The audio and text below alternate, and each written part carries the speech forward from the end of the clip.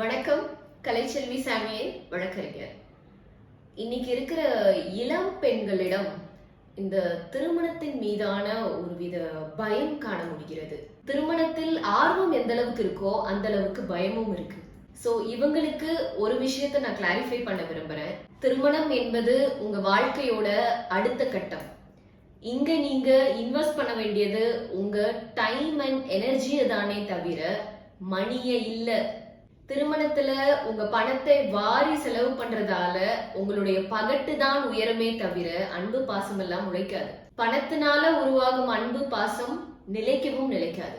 So தயவு செய்து ஆடம்பர திருமணத்தை தவிர்க்கவும். இன்னைக்கு நிலுவையில இருக்கிற நிறைய விவாகரத்து வழக்குகள்ல கணவன் மனைவி இரு தரப்பினருக்கும் இடையேயான பிரச்சனைகளை சுமூகமாக தீர்ப்பதற்கான ஒரு கருவி பணம் தான். நிறைய பேருடைய பிரச்சனைகளை சுமூகமாக தீர்க்க முடியாததற்கு காரணமும் இந்த பணம் தான். So please be careful. திருமணத்தின் மீதான பயம் விலகணும்னா முதல்ல நீங்க தெரிஞ்சுக்க வேண்டிய விஷயம் ரியாலிட்டி ஆஃப் தி மேரேஜ். அதுக்கு முதல்ல நீங்க இந்த இமேஜினரி மேரேஜ் லைஃப்ல இருந்து வெளியில வரணும்.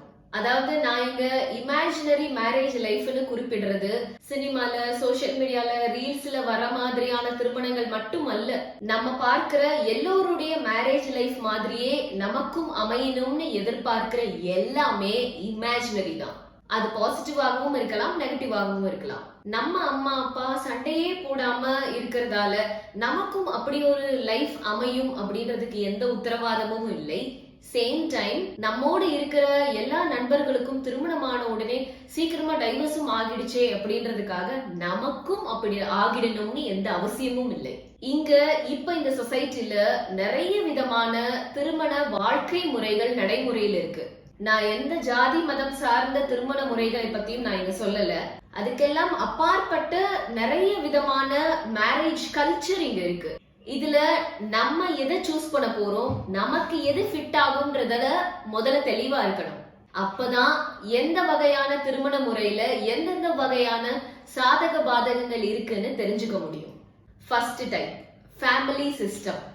நம்ம மேலோட்டமா பார்த்தா எல்லாமே ஃபேமிலி சிஸ்டம் மாதிரி தான் இருக்கும். பட் அப்படி கிடையாது. திருமண பந்தத்தில் இணைவதற்கு ஒரு கட்டுக்கோப்பான குடும்ப பின்னணி இருக்கிற ஒரு ஃபேமிலியா சூஸ் பண்ணீங்கன்னா அங்க எல்லாரும் ஈக்குவல் அப்படின்ற கான்செப்ட நீங்க எக்ஸ்பெக்ட் பண்றது உங்களுக்கு பயனளிக்காது. எல்லாரும் ஈக்குவல் இந்த சென்ஸ் ஈக்குவாலிட்டி இன் பிரையாரிட்டிஸ்.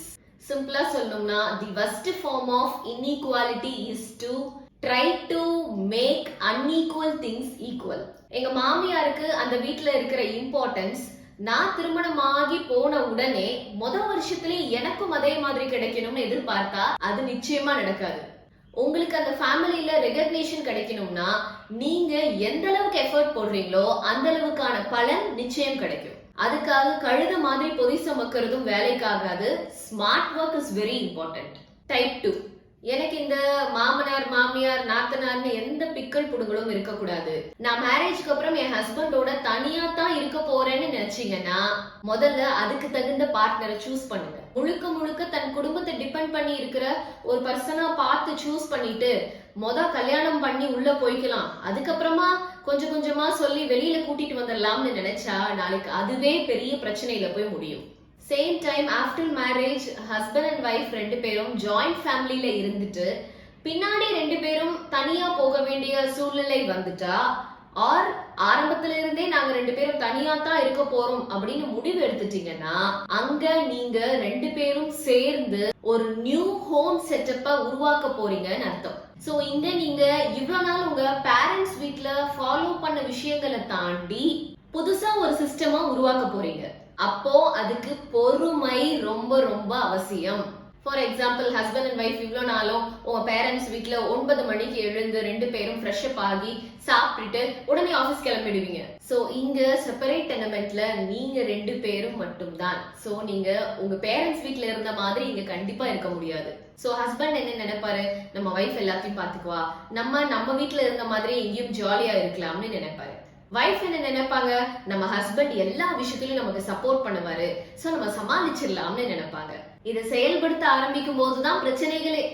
அதுவும் புதுசா பழக்கமில்லாத சில விஷயங்களை செய்யும் போது ஆரம்பத்துல கொஞ்சம் கஷ்டமா தான் இருக்கும். சைக்கிள் ஓட்டி பழகணும்னா கீழே விழாம ஓட்டி பழக முடியாது. சோ பழகுற வரைக்கும் கொஞ்சம் வெயிட் பண்ணுங்க. டைப் 3, நான் என் இஷ்டத்துக்கு இருப்பேன், நீ என்னோட பிரைவசில தலையிடக்கூடாது, நான் உன் பிரைவசில இன்டர்ஃபியர் ஆக மாட்டேன். நம்ம ரெண்டு பேரும் நல்ல நண்பர்களாக ஒருவருடைய வளர்ச்சியில இன்னொருவர் பங்கெடுத்துக்கிட்டு யாருடைய குறைகளையும் பெருசுப்படுத்தாம சேம் டைம் பினான்சியலா ஈக்குவலா ஸ்பெண்ட் பண்ணிட்டு யாரும் யாரையும் டிபெண்ட் பண்ணாம வாழ்றது. அதாவது கணவன் மனைவி ரெண்டு பேரும் பியோர் ஃப்ரெண்ட்ஸாக இருப்பது. இதுல உங்க அம்மாவுக்கு ஏன் இவ்வளவு கொடுத்த, உங்க அக்காவுக்கு ஏன் இவ்வளவு செஞ்சன்ற பேச்சுக்கே இடம் கிடையாது. அடுத்தது டைப் 4, திருமணத்துக்கு பிறகு என் ஹஸ்பண்ட் என்ன ஃபாரினுக்கு ஹனிமூன் கூட்டிட்டு போகணும், பர்த்டேக்கு ஐபோன் வாங்கி கொடுக்கணும், அடிக்கடி சர்ப்ரைஸ் பண்ணணும், என்ன அப்படி பாத்துக்கணும் இப்படி பாத்துக்கணும்னு முழுக்க முழுக்க பினான்சியலா ஹஸ்பண்ட டிபெண்ட் பண்ணி பினான்சியல் ரெஸ்பான்சிபிலிட்டிய மொத்தமா உங்க கணவர்கிட்ட தூக்கி கொடுத்துட்டீங்கன்னா அவர் டொமஸ்டிக் ரெஸ்பான்சிபிலிட்டிய மொத்தமா தூக்கி உங்ககிட்ட கொடுக்க வாய்ப்பு இருக்கு. அப்படிப்பட்ட சூழ்நிலையில அதை உங்களால சமாளிக்க முடியுமான்னு யோசிச்சுக்கோங்க. நான் பினான்சியலா எந்த ரெஸ்பான்சிபிலிட்டி எடுத்துக்க மாட்டேன், என் கணவர் தான் எனக்கு எல்லாமே, என்னுடைய எல்லா தேவைகளையும் அவர் தான் பூர்த்தி செய்யணும், நான் வீட்டு வேலையை பார்த்துக்கிட்டு பிள்ளைகளை பார்த்துக்கிட்டு வீட்டோட இருப்பேன்னு சொன்னா அங்க நீங்க பினான்சியலா ஏர்ன் பண்ற பர்சனுக்கு ஈக்குவலா உங்களை ட்ரீட் பண்ணணும்னு நினைக்கிறது நிறைவேறாத ஆசையாகிவிடும். நிறைய பெண்கள் நான் திருமணத்துக்கு அப்புறம் ஹவுஸ் ஒய்ஃபா இருக்க போறேன்னு ரொம்ப ஆசைப்படுவாங்க. ஆனா கொஞ்ச காலத்துக்கு பிறகு அது தப்புன்னு ரெக்ரெட் பண்ணுவாங்க. இது பெண்களுக்கு மட்டும் கிடையாது, ஆண்களுக்கும் தான். மனைவி நிரந்தர வேலையில நல்ல சம்பளம் வாங்குற வீட்டுல கணவனுக்கு வேலை இல்லாம வீட்டுல இருந்தா அங்கேயும் இதே தாழ்வு மனப்பான்மை உண்டு.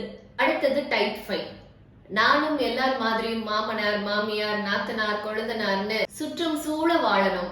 சினிமால வர மாதிரி எங்கள் வீட்டில் எல்லா நாளும் கார்த்திகை லாலலான்னு பாட்டு பாடி வாழணும்.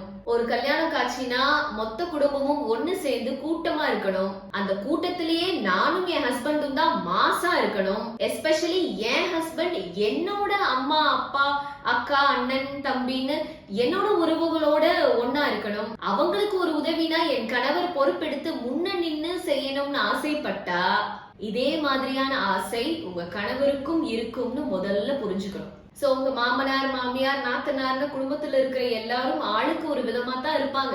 அதுக்காக அவங்க ஒட்டும் வேண்டாம் உறவும் வேண்டாம்னு இருக்காம நம் கணவரை நம்ம வீட்டுல சிறந்த மருமகன்னு எல்லாரும் மெச்சுக்கணும்னு நினைக்கிற மாதிரி என் மனைவியும் என் குடும்பத்துல நல்ல மருமகன்னு பெயர் எடுக்கணும்ன்ற ஆசை உங்க கணவருக்கும் இருக்கும்னு புரிஞ்சுக்கணும். நல்ல மருமகள் என்ற பெயர் எடுக்காட்டி பரவாயில்ல, அந்த குடும்பத்தை பிரிச்சுட்டா என்ற சொல் எண்ணம் யாருக்கும் தோன்றாதபடி நடந்துட்டாலே சிறப்பு. சோ நான் இப்ப குறிப்பிட்ட இந்த டைப்ஸ்ல எது சரி எது தவறுன்ற விஷயத்துக்குள்ளேயே நான் போகல. இதுல நீங்க எதுல ஃபிட் ஆவீங்கன்னு முதல்ல பாருங்க. சேம் டைம் உங்க சர்க்கிள்ல நீங்க பார்க்கிற ஒரு ஒரு குடும்பமும் ஒரு ஒரு வகைதான். சில ஆண்கள் குடும்பத்தை கண்ணும் கருத்துமா பாத்துப்பாங்க, பட் ட்ரங்கார்டா வுமனைசரா இருப்பாங்க. சில ஆண்கள் குடும்பத்தை சுத்தமா கேர் பண்ண மாட்டாங்க, உன் விஷயத்த நீ பாத்துக்கோன்னு சொல்லுவாங்க, ஆனா டீ டோட்லரா இருப்பாங்க. இன்னும் சில ஆண்கள் மனைவியை உழுந்து உழுந்து கவனிப்பாங்க, ஆனா வேலை வெட்டிக்கெல்லாம் போக மாட்டாங்க. இன்னும் சில குடும்பத்துல இன்லாஸ் எல்லாம் ரொம்ப தங்கமானவங்களா இருப்பாங்க, ஆனா ஹஸ்பண்ட் வஸ்டா இருப்பாரு. சில ஃபேமிலில கணவர் நல்லவரா இருப்பாரு, பட் இன்லாஸ் படுத்தி எடுப்பாங்க. சோ நீங்க யாரை திருமணம் செய்தாலும் அவரிடம் 10+ இருந்தா 2 மைனஸும் சேர்ந்தேதான் இருக்கும். சோ திருமண வாழ்க்கையில் நுழைவதற்கு முன் இந்த புரிதலோடு இணைவது நல்லது. நன்றி.